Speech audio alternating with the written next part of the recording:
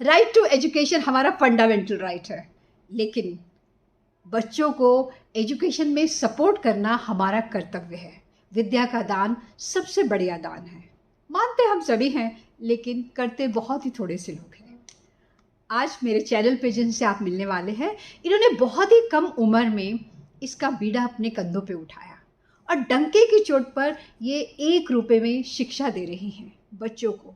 अभी तक सैकड़ों बच्चों को इन्होंने सपोर्ट किया है, एजुकेशन दिए, अपने हाथ से पकड़कर उनको आगे लेके आई हैं और बहुत आगे लेके आई हैं। तो आप मिलने वाले हैं जोधपुर से भानुप्रिया को, जिनका मिशन है शिक्षा केवल 1 रुपए में।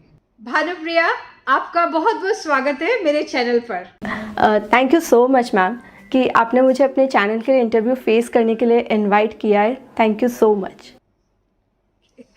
Thank you Bhanupriya. मैं इतना ज़्यादा कीन हूँ ये जानने के लिए कि ये जो आपका शिक्षा मॉडल है 1 रुपए में शिक्षा, ये कैसे पॉसिबल करवा पा रही हैं आप?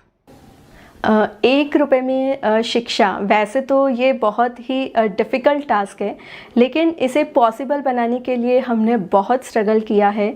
इसमें हमें बहुत सारे रिसोर्सेज की जो नीड थी उसे हमने टाइम टू टाइम कंप्लीट किया है। लाइक कभी हमें मैन पावर चाहिए था, तो कभी हमें जो एक्स्ट्रा एसेसरीज़ जो होती है, या फिर हमें जो प्लेस की रिक्वायरमेंट होती है, या छोटी छोटी चीज़ें जो रिक्वायरमेंट होती है, उन सबको हमने कंबाइन करके और हमने 1 रुपए में शिक्षा वाला मॉडल कंप्लीट किया।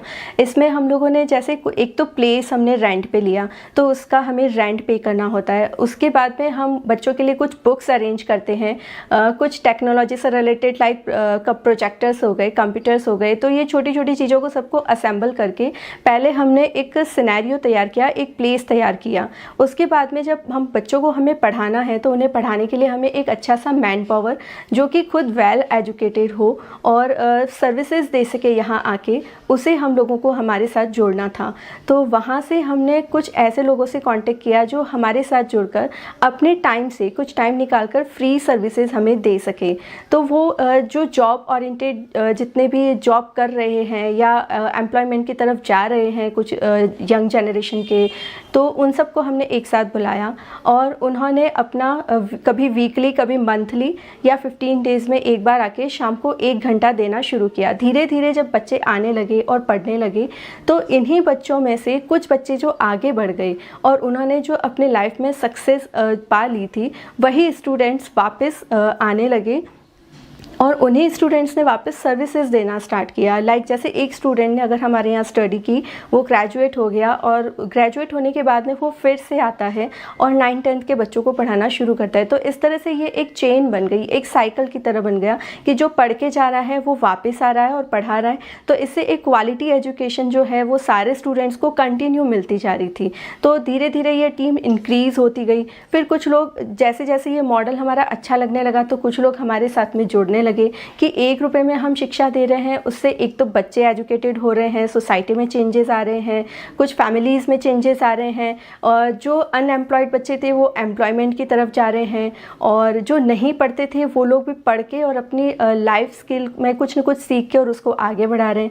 तो ये सब देख के कुछ ऐसे लोग भी जुड़ने लगे जो फ्री सर्विसेज पढ़ाने के अलावा अगर इकोनॉमिकली भी हमारी हेल्प कर सकते थे, तो अपनी सैलरी में से या जो भी उनकी अर्निंग होती है उसमें से कुछ अमाउंट मंथली हमारे साथ कंट्रीब्यूट करने लगे। धीरे धीरे जो छोटा छोटा फंड कलेक्ट होने लगा, उससे हमने कुछ और भी एक्स्ट्रा असेट्स जो है वो हमारे इंस्टीट्यूट में बढ़ाने स्टार्ट किए। लाइक टेबल, चेयर, कंप्यूटर है, प्रोजेक्टर है, लाइब्रेरी बुक्स है, ये सारी छोटी छोटी चीज़ों को कलेक्ट करना स्टार्ट किया। तो धीरे धीरे एक बहुत ही बेटर प्लेस तैयार हो गया 1 रुपीज़ इन्वेस्टमेंट के साथ में, जिसमें बच्चे आ रहे हैं और पढ़ रहे हैं। बच्चे भी ऐसे आ रहे हैं जो इकोनॉमिकली वीकर फैमिली से बिलोंग करते हैं या फिर लोअर मिडिल क्लास फैमिली से बिलोंग करते हैं, जिनके पेरेंट्स ज़्यादा सपोर्ट नहीं कर पाते या फिर उनको आगे पढ़ा नहीं पाते, या बच्चे सुबह काम करने जा रहे हैं, पेरेंट्स किसी के घर में काम कर रहे हैं, कोई चौराहे पे कुछ बेच रहा है, कोई ठेला लगा के खड़ा है, या फिर बच्चे बड़े तो हो गए लेकिन अपनी लाइफ में नहीं पढ़ पाए, लेकिन अब वो पढ़ना चाहते हैं। अगर अभी वो 30 या अबव 30 है लेकिन फिर भी वो पढ़ना चाहते हैं, तो वो लोग भी यहाँ आ रहे हैं। कुछ बच्चों के पेरेंट्स जो किसी के घर में काम करने के लिए जाते हैं, तो शाम को अपने काम से फ्री होके उनकी मम्मी पापा भी हमारे यहाँ पढ़ने आते हैं कि कम से कम पढ़ना लिखना सीख सके। तो धीरे धीरे ऐसा हुआ कि ये क्लास जो हमने केवल 11 स्टूडेंट्स के साथ में स्टार्ट की थी, इसमें धीरे धीरे बहुत सारे लोग जुड़ते गए, बहुत सारे बच्चे जुड़ते गए, सपोर्टर्स जुड़ते गए, मोटिवेटर्स जुड़ते गए, कुछ फंड में मदद करते थे, कुछ एक्स्ट्रा जिनके घर में बुक्स पड़ी रहती है वो उन लोगों ने डोनेट करके एक अच्छी सी लाइब्रेरी एस्टेब्लिश करने में हेल्प की। कुछ ऐसी सॉफ्टवेयर कंपनीज़ या इस तरह की होती है जहाँ पे कंप्यूटर्स वगैरह उनके लिए टाइम टू टाइम अपडेट करना होता है, तो वो उनके लिए यूजेबल नहीं होता है, तो वो उन लोगों ने हमें देना स्टार्ट किया। तो एक अच्छी सी कंप्यूटर लैब तैयार हो गई। तो इस तरह से धीरे धीरे ये एक प्रोसेस आगे बढ़ता गया और इसमें हमें सक्सेस मिलती गई।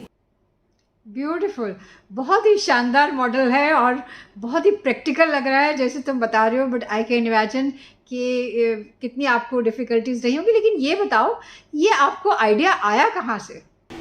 यस मैम, एक्चुअली जब मैं छोटी थी तब से मैं सोचती थी कि लाइफ में कुछ एजुकेशन से रिलेटेड कुछ करना है। मुझे बच्चों के साथ रहना, उनके साथ रहने से जो एनर्जी मिलती है वो मुझे बहुत अच्छा लगता है। उसके अलावा मुझे इंस्पिरेशनल बुक्स एंड स्टोरीज़ पढ़ना बहुत अच्छा लगता है। जब भी किसी का इंटरव्यूज़ देखती हूँ या इंस्पिरेशनल स्टोरीज़ पढ़ती हूँ, बायोग्राफी पढ़ती हूँ किसी अच्छी पर्सनालिटी का, मैं सेल्फ मोटिवेटेड होती हूँ कि मुझे कुछ करना है लाइफ में।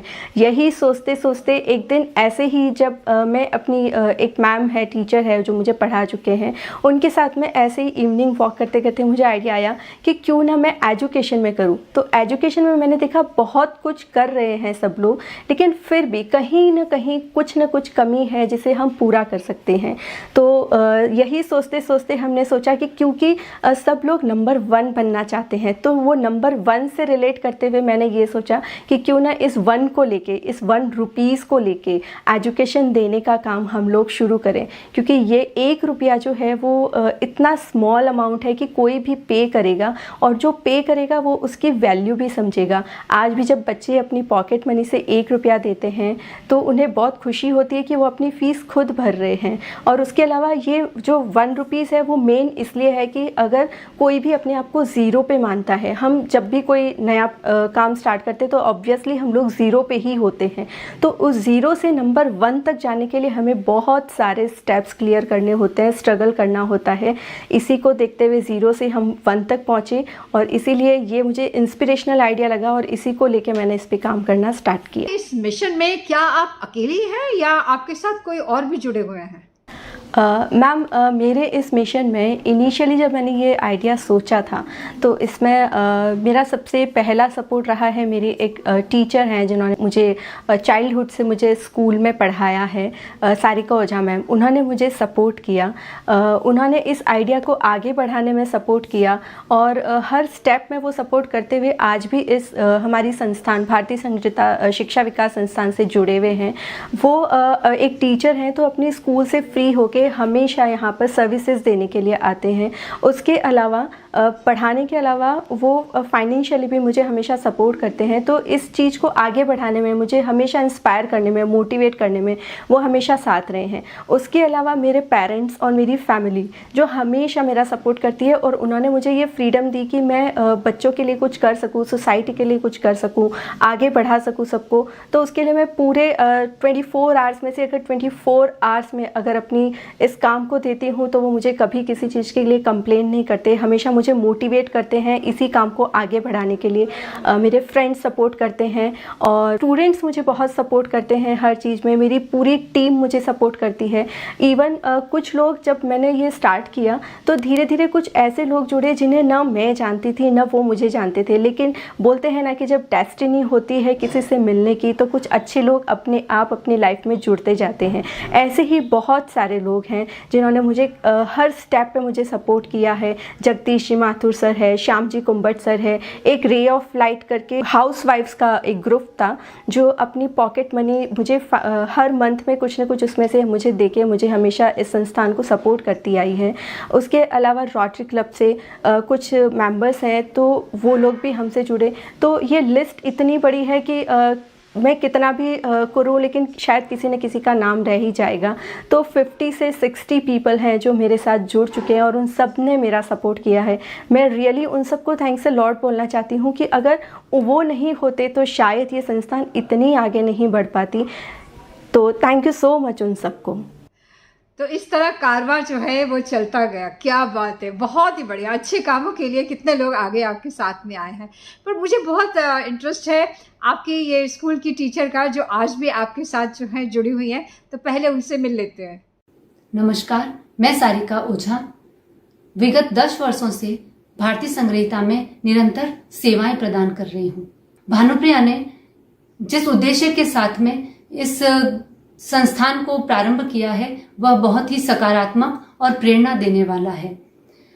इस संस्थान में कार्य करते हुए मुझे बहुत ही प्राउड फील होता है कि मैं इस ऐसे संस्थान में कार्य कर रही हूं जो बालिका शिक्षा के लिए और छात्र छात्राओं की शिक्षा के लिए कार्य कर रहा है, उनके सपनों को पूरा करने में, उनकी शैक्षिक और सशैक्षिक गतिविधियों को आगे बढ़ाने में पूरा सहयोग प्रदान कर रहा है।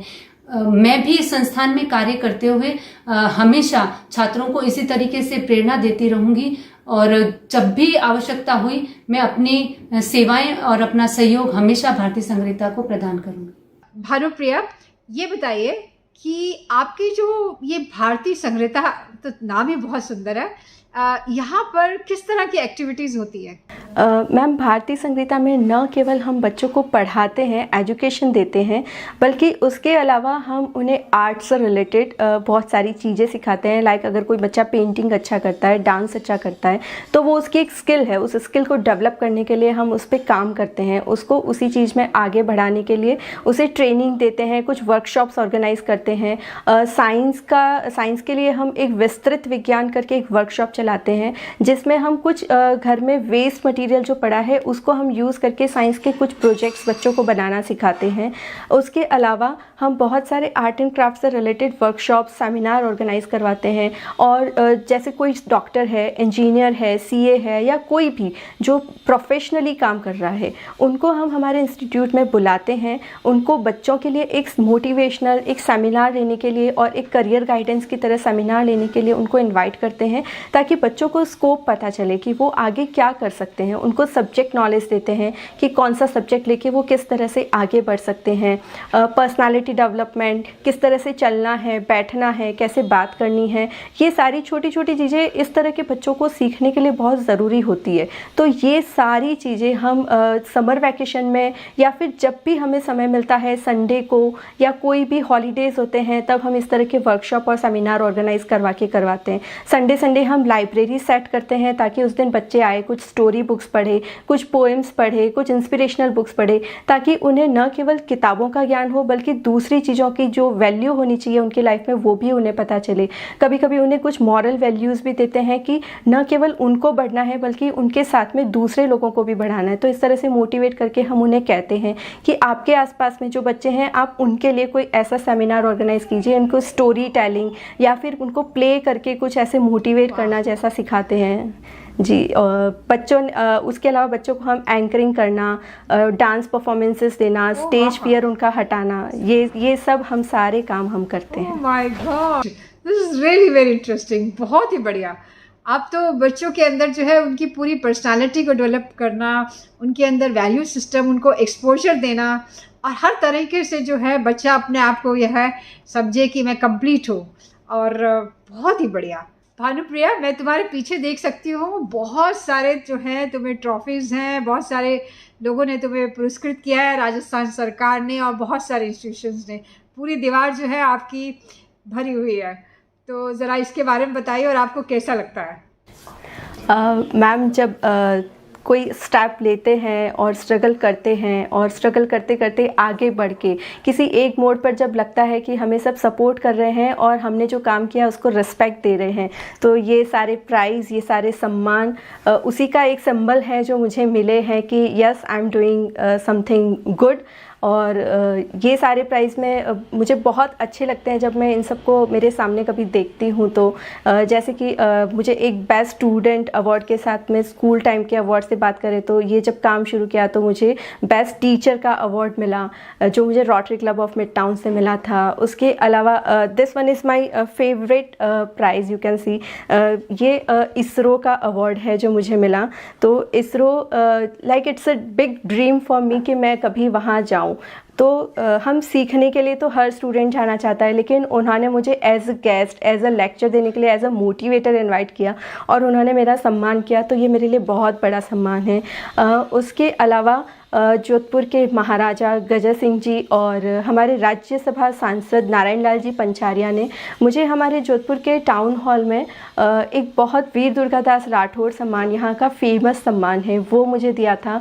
तो it was like dream comes true जैसे सम्मान थे कि मुझे इतनी बड़ी बड़ी हस्तियों से सम्मानित होने का मौका मिला और इतने अच्छे अच्छे मुझे ये अवार्ड्स मिले। तो इन सब के लिए मैं मेरे सारे सपोर्टर्स का भी थैंक्स देना चाहूँगी। Young women award, business women award, बहुत सारे अवार्ड्स मिले, उन सब के लिए बहुत सारा थैंक्स। वाह, एक्चुअली भानुप्रिया, आप ट्रूली डिज़र्व करती हैं जो आप काम कर रही हैं। इतने सारे बच्चों को आगे लेके आई हैं और इतना उनको एजुकेशन प्रोवाइड कर रहे हैं, और वो भी बिल्कुल कम खर्चे पे। आप ट्रूली डिज़र्व करती हैं। नमस्कार, मैं हूं हिमांशी गोयल। मैं भारतीय संगीता से पिछले 2.5 साल से जुड़ी हुई हूं। मैंने 11th-12th यहीं से करी और यहाँ के अच्छे सपोर्ट और गाइडेंस की वजह से मुझे जोधपुर का नंबर 1 BSc B.Ed का कॉलेज मिला है और अब मैं यहाँ पे 11th-12th को साइंस पढ़ाती हूँ। अब जैसे मैं आगे बढ़ी, मैं चाहती हूँ कि वैसे ही और बच्चे भी आगे बढ़े। मुझे भारतीय संगीता के स्टूडेंट होने पर गर्व है। धन्यवाद। भानुप्रिया, मेरे आपके प्रोफाइल में पढ़ा है कि आपने जो है 2 किताबें भी लिखी हैं, तो ज़रा उसके बारे में बताइए। यस मैम, मैंने 2 बुक लिखी है। मेरे साथ अभी वो मेरी 2 बुक्स है। तो मेरी फर्स्ट बुक है जो मैंने डॉक्टर APJ अब्दुल कलाम के ऊपर लिखी थी। ये मैंने 2015 में लिखी थी, जब ये इंसिडेंट हुआ था कि APJ अब्दुल कलाम सर अचानक हमें छोड़ के चले गए। तो क्योंकि वो मेरे इंस्पिरेशन है तो मैंने उनके लिए कुछ करने का सोचा। तो ये बुक मैंने लिखी जिसमें मैंने इसमें कुछ स्टूडेंट्स की मॉरल स्टोरीज़ भी है और APJ अब्दुल कलाम के ऊपर पूरे कोट्स, उनके थॉट्स, उसको पूरा एलेबरेट किया हुआ है। दूसरी बुक मैंने 2017 में लिखी जिसका नाम है जीवन का दर्पण हमारा बचपन। ये मेरी वो बुक है जिसमें मैंने बच्चों के 100 कैरेक्टर्स लिए हैं कि हम बच्चों को हर वक्त कुछ ना कुछ सिखाते हैं, लेकिन हम बच्चों से क्या सीख सकते हैं। जब मैं उनके साथ रहती हूँ तो मुझे बहुत इंस्पिरेशन मिलता है और बहुत कुछ सीखने को मिलता है। तो वो ही 100 कैरेक्टर्स बच्चों से हमें सीखने चाहिए और बच्चों को इस बुक को पढ़ने से क्या मोटिवेशन मिल सकता है। तो ये 2 मोटिवेशनल बुक्स हैं जो मैंने लिखी है। इस बुक के लास्ट पेज पे मैंने लिखा है कि नवीनीकरण हमेशा हमें नई ऊर्जा का संचार देता है। इट मीन्स कि अगर हम कुछ भी नई शुरुआत करते हैं, अच्छी शुरुआत करते हैं, तो एक तो उसके लिए कोई टाइम पीरियड नहीं है, आप कभी भी नई शुरुआत कर सकते हो और आप जब भी नई शुरुआत करोगे आपको बहुत एनर्जी मिलेगी उस काम को आगे बढ़ाने में। तो ये 2 मोटिवेशनल बुक मैंने बच्चों के लिए, बड़ों के लिए लिखी है। बहुत बढ़िया। और ये किताब जो है हमारे व्यूअर्स भी देख सकते हैं, खरीद सकते हैं। Yes ma'am, sure ma'am. ये 2 बुक्स हैं जो मुझे कांटेक्ट करके या फिर ऑनलाइन ये लोग ये बुक परचेज कर सकते हैं। क्या आप जो है और भी कोई किताब लिख रही हैं? मैम, अभी और भी मुझे राइटिंग का शौक़ है तो मैं और भी कुछ किताबें लिख रही हूँ। अभी मेरी 2-3 बुक हैं जो कंप्लीट होगी तो बहुत ही जल्द आने वाली है। वो भी सारी मोटिवेशन से रिलेटेड, और क्योंकि मुझे एनवायरनमेंट में रहना, उसके साथ में टाइम बिताना बहुत अच्छा लगता है तो कुछ एनवायरनमेंट फ्रेंडली बुक्स भी कुछ लिख रही हूँ। और उसके अलावा एक बुक है जो मैं अपनी संस्थान भारतीय संगीता पे लिख रही हूँ जिसमें कुछ ऐसे बच्चों की स्टोरीज़ है जो दिल को छू लेने वाली है कि उन्होंने अपने लाइफ में इतना स्ट्रगल करते हुए भी किस तरह से सक्सेस उनको मिली है। तो मैं ऐसे रियल हीरोज़ को लोगों के सामने लाना चाहती हूँ, तो उनकी स्टोरीज़, उनकी रियल स्टोरीज़ पर भी एक बुक लिख रही हूँ। व्हाट अ नाइस थॉट, बहुत ही बढ़िया। आपने भारतीय संगीता जब बनाई तो ये कोई काम आसान नहीं था। यहाँ तो बहुत सारे आपको चैलेंजेस आए होंगे, तो कैसे थी आपकी ये जर्नी? यस मैम, जब भी हम कोई नई शुरुआत करते हैं तो जैसा मैंने बताया चैलेंजेस आते हैं। तो इस काम को शुरू करने भी बहुत सारे चैलेंजेस का सामना करना पड़ा। सबसे पहले तो फाइनेंशियल प्रॉब्लम। वैसे ये बहुत छोटा सा प्रोजेक्ट है और छोटे अमाउंट में हम इसे रन कर सकते हैं, लेकिन बट फिर भी वो अमाउंट अरेंज करना हमारे लिए एक बहुत बड़ी प्रॉब्लम थी, जिसे हमने घर के कुछ मेंबर्स को शामिल करके पूरा किया। उसके अलावा हम रिसोर्सेज फिर भी जुटा सकते हैं, लेकिन हम जिसके लिए रिसोर्सेज जुटा रहे हैं अगर वो ही ना हो तो फिर ये सारी एजुकेशन हमें किसे देनी है। तो उन सारे बच्चों को अपने घर से निकालना, स्पेशली लड़कियों को जिनकी शादी 8th क्लास पास करते ही कर दी जाती थी घरों में, या फिर वो काम करने जा रहे हैं बच्चे तो वो कमा के घर लेके जा रहे हैं, इसलिए उनको लोग पढ़ने के लिए नहीं भेजना चाहते। तो उन बच्चों को मोटिवेट करना, उनके पेरेंट्स को समझाना कि लड़कियों का पढ़ना कितना इम्पॉर्टेंट है, उन्हें घर से बाहर निकालना, तो उन्हें एक जगह पे लाना, ये बहुत ही मुश्किल था। उसके अलावा हर काम में कुछ प्रॉज एंड कॉन्स होते हैं, तो कुछ सपोर्टर्स मिले, मोटिवेटर्स मिले, तो कुछ ऐसे लोग भी थे जिन्होंने मुझे ये बोला कि इट्स अ यूज़लेस वर्क, आपको ये काम नहीं करना चाहिए था। डीमोटिवेट करने वाले भी थे, लेकिन मैं ये मानती हूँ कि जो डीमोटिवेट करता है वो ही सबसे ज़्यादा मोटिवेट करता है कि यस हमको ये काम करके दिखाना है।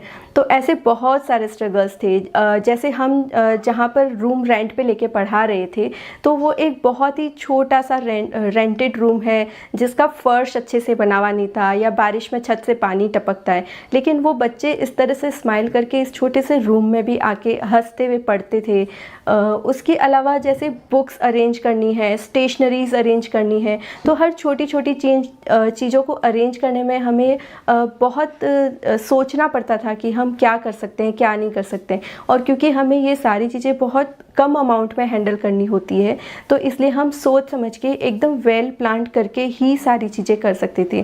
फिर स्टार्टिंग में क्योंकि बच्चे अगर आ जाते हैं और उन्हें पढ़ाने के लिए कोई अच्छे टीचर्स अवेलेबल नहीं हो तो नहीं आएंगे नेक्स्ट टाइम बच्चे, तो उनके लिए भी हमें बहुत अच्छे टीचर्स को लाना, अच्छे पढ़ाने वाले लोगों को हमारे साथ में जोड़ना, एक तरह से हमें हमारा भरोसा जो है, ये कह सकते हैं कि लोगों की नज़र में एक विश्वास बनाने में बहुत समय लगा। और 10 साल बाद आज हमारे साथ बहुत सारे लोग हैं और ये स्ट्रगल अब धीरे धीरे कम हुआ है, लेकिन ख़त्म नहीं होना चाहिए, क्योंकि अगर ख़त्म हो गया तो भारतीय संग्रहिता का विकास रुक जाएगा। तो मैं चाहती हूँ ये स्ट्रगल बढ़ते रहें ताकि भारतीय संग्रहिता का विकास बढ़ता रहे। बहुत ही टफ काम है और सच में, पर देखिए आपने कर दिखाया। और ये जो आपका मॉडल है ये तो बड़ा सस्टेनेबल लग रहा है। मुझे लग रहा है कि हमारे जो और लोग शहरों में हैं या कस्बों में हैं इस मॉडल को रेप्लिकेट कर सकते हैं क्या? यस मैम, ये बहुत ही सस्टेनेबल मॉडल है। इसमें कुछ भी बहुत ज़्यादा कुछ आपको फाइनेंशियली करने की ज़रूरत नहीं है।